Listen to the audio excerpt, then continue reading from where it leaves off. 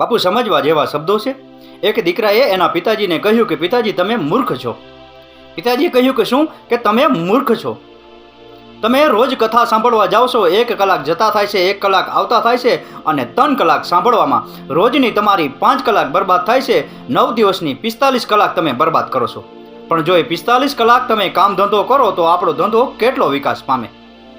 દીકરાની વાત સાંભળી પિતાજી નિરુત્તર થઈ ગયા. પણ બીજે દિવસે દીકરાને કથામાં લઈ ગયા અને પંડિતજી પાસે જઈને કહ્યું કે મારો દીકરો એમ કહે છે કે આપણે મૂર્ખ છીએ.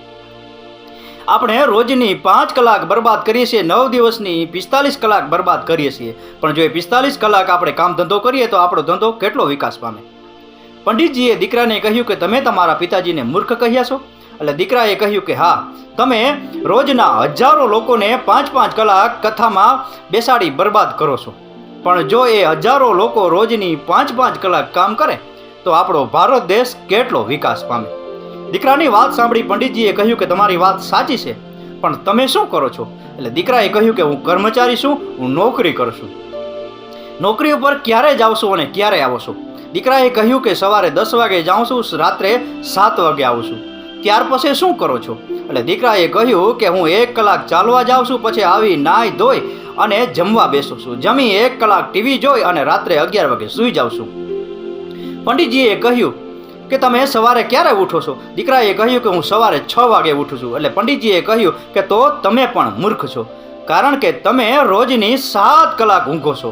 પણ જો એ 7 કલાક તમે ઊંઘવાને બદલે 7 કલાક કામ કરો તો તમારો ધંધો કેટલો વિકાસ પામે. એટલે દીકરાએ કહ્યું કે હું રોજની 7 કલાક એટલા માટે ઊંઘું છું કે આવતીકાલે બીજા દિવસે મને કામ કરવાની એનર્જી મળે.